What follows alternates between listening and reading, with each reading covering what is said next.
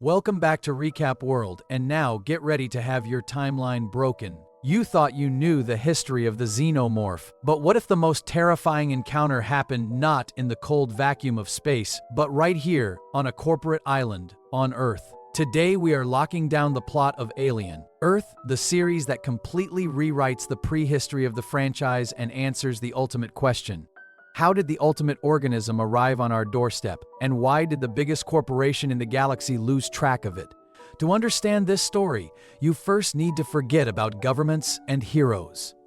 This is the corporate era, the year 2120, a date that places us squarely 2 years before Ellen Ripley even wakes up on the Nostromo. Earth is no longer a world of nations. It is a battleground ruled by 5 ruthless megacorporations. For these titans, humanity is merely property, and the ultimate arms race isn't for territory or resources. It is the desperate, undying quest for immortality.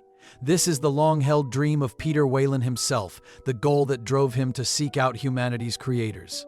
For decades, Weyland-Yutani pursued life extension through synthetics, but they were about to be blindsided.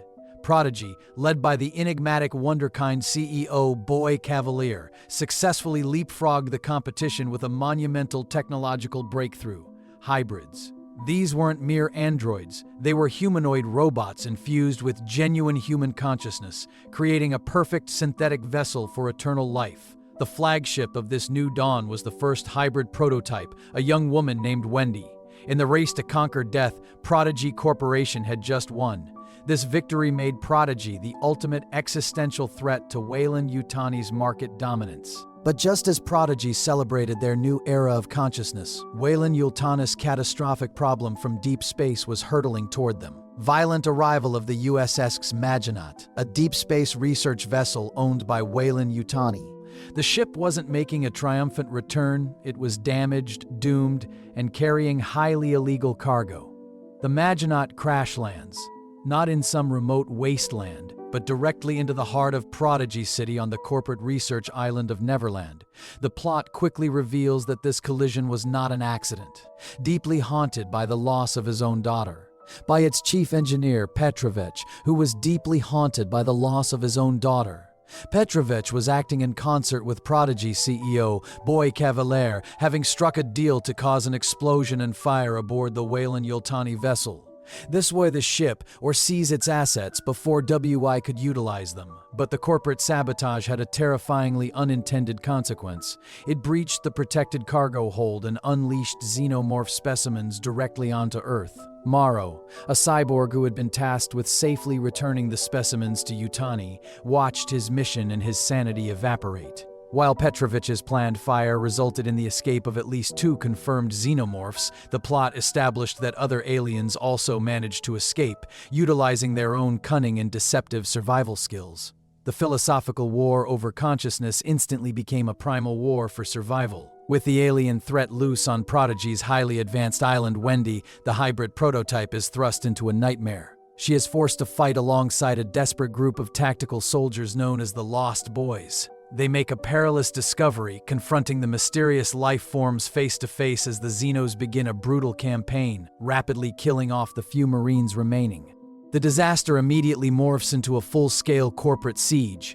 Weyland-Yutani forces wasted no time, establishing a brutal military blockade around Prodigy City and blocking all communications. Their singular, ruthless objective is exactly what you would expect: to reclaim the priceless xenomorph specimens. Weyland-Yutani treats the incident not as a rescue mission, but purely as an asset recovery mission, confirming once again that the potential bioweapon is worth more than any human life. Non-essential Prodigy staff are evacuated, leaving the tactical squad trapped and locked down as the horrifying reality sinks in. This is survival in a corporate dystopia where having basic shelter is a reward worth hunting a xenomorph for. But in the final, shocking confrontation, Wendy's revolutionary hybrid nature proves to be the definitive game changer. The plot reveals that Wendy undergoes a profound metamorphosis, achieving a level of integration that transcends her programming. She utilizes her infused consciousness to assume ultimate control, essentially going totally Neo and dominating Prodigy's extensive digital matrix with her mind.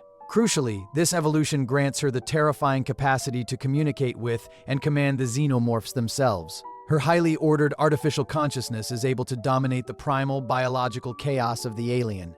The narrative definitively reframes the power structure. Wendy is now the apex predator, not the Xenomorph.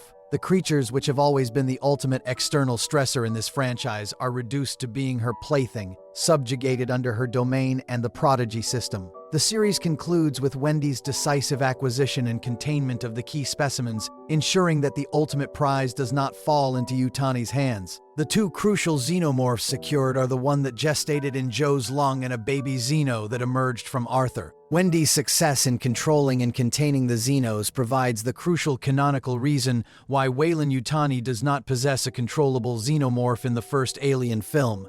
This devastating failure on Earth forces Weyland-Yutani to abandon the current technological arms race for immortality and refocus entirely on acquiring the bioweapon in deep space. The entire plot of Alien, Earth successfully establishes the bioweapon race that defines the subsequent film franchise, setting the stage perfectly for the low-tech struggle and corporate deception we witness in 1979. Alien didn't just tell a new story, it filled in the most critical gap in the franchise, showing us how the pursuit of eternal life led to the ultimate horror being unleashed right here, on our home planet, and how that one event fundamentally changed the direction of one of the galaxy's biggest corporations forever.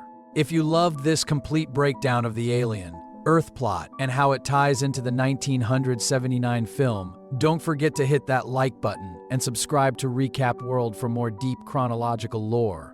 Would you focus on rebuilding the dream of immortality? You have used your newfound control over the Xenos to wipe out Weyland-Yutani, or would you focus on rebuilding the dream of immortality? Let the debate begin, and we'll catch you in the next transmission.